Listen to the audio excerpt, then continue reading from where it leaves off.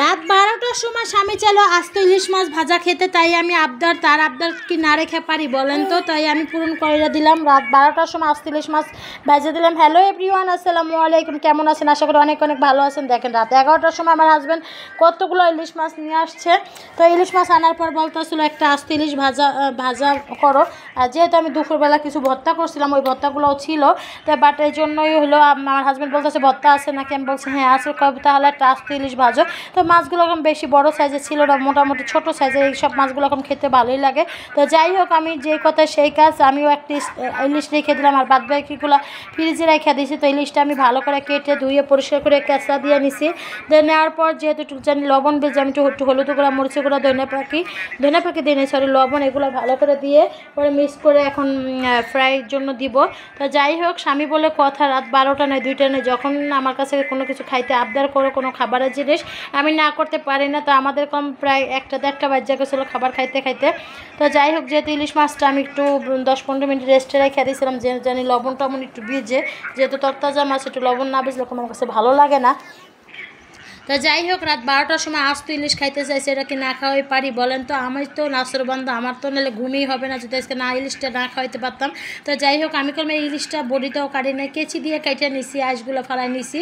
তো কেচি দিয়ে সব কিছু করছে, ছুরি দিয়ে মাছটা কেচে নিছি। তো যাই হোক, এদিকে হলো মাছটা আমি সুন্দর করে হলুদের গুঁড়া, মরিচ গুঁড়া দিয়ে মিক্স করে নিছিলাম।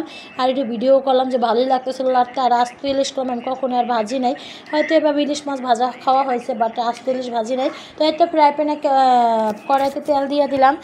তেল দেওয়ার পর এখন তেলটা গরম হওয়ার পর আমি মাছটা দিয়ে দিতেছিলাম। মাছটা দেওয়ার পর সুন্দর করে লাড়াচাড়া দিয়ে পরে একটু দিতেছিলাম। উল্টাতে যাই মানে কড়াইটা মনে গরম হয় নাই, আর হলো কড়াইটা গরম হয় নাই দেখে হইলো মানে মাছের চামড়াটা উঠেই গেল গা। তো যাই হোক, মাছটা উলট পালট করে নিয়েছিলাম। করে নেওয়ার পর সুন্দর করে মাছটা যেরকম করে কড়াভাবে ফ্রাই করে নিয়েছিলাম। ফ্রাই করে নেওয়ার পর দেখেন কত সুন্দর একটা কালার আসছে, খেতেও করলাম বেশ মজা হবে। তো যাই হোক, মাছটা করলাম আমার প্রায় ভাজা হয়ে গেছে। তো মাছে হয়ে গেছে মতন একটু শুকনা মরিচ নিলাম, কারণ শুকনা মরিচ টাইলা খাইতে আমার কাছে বেশি ভালো লাগে। একবার পদ্মার ইলিশ মাওয়ার ইলিশের মতন লাগবে, কারণ মাওয়ার খাবারগুলো আমি এখন অনেক মিস করি, খাইতে পারি না, কারণ পদ্মার ব্রিজ হয়ে যাওয়ার পর। আগে তো মাওয়ার গেলে আমি, যাই হোক আমার ফ্রাইটা কম হয়ে গেছে। তো আমার হাজব্যান্ড রেডি করে দিতেছিলাম, তো আমরা মিলে সবাই খাইছিলাম। তো সবাই খাওয়ার পরে যে খাবার রেডি করে রাখছি 3 রকমের ভর্তা, মরিচ ডালা। আর এই খাবারটা কম আমার কাছে বিশেষ করে অনেক ভালো লাগে, ইলিশ মাছের এটা ফ্রাইডা। তো যাই হোক, খাবারটা যদি ভালো লাগে অবশ্যই লাইক কমেন্ট শেয়ার করে দিবেন। আর এরকম কার হাজব্যান্ডে মাঝে মধ্যে আবদার করে রেডি করে দেন, অবশ্যই একটু কমেন্টে জানাবেন। আমার হাজব্যান্ড তো মাঝে মধ্যে করে না, সবসময় সত্যি কথা যেটা অত আবদার করে না, আমার ইচ্ছাকৃতভাবে আমি সব রেডি করি। আর যেহেতু আজকে তরতাজা মাছ নিয়ে আসছে, তো এই জন্যই বলছে এটা ফ্রাই করো আস্ত ইলিশ। তো আমি আস্ত ইলিশ ফ্রাই করে দিলাম হাজব্যান্ডের আবদারে রাত 12টার সময় প্রায়।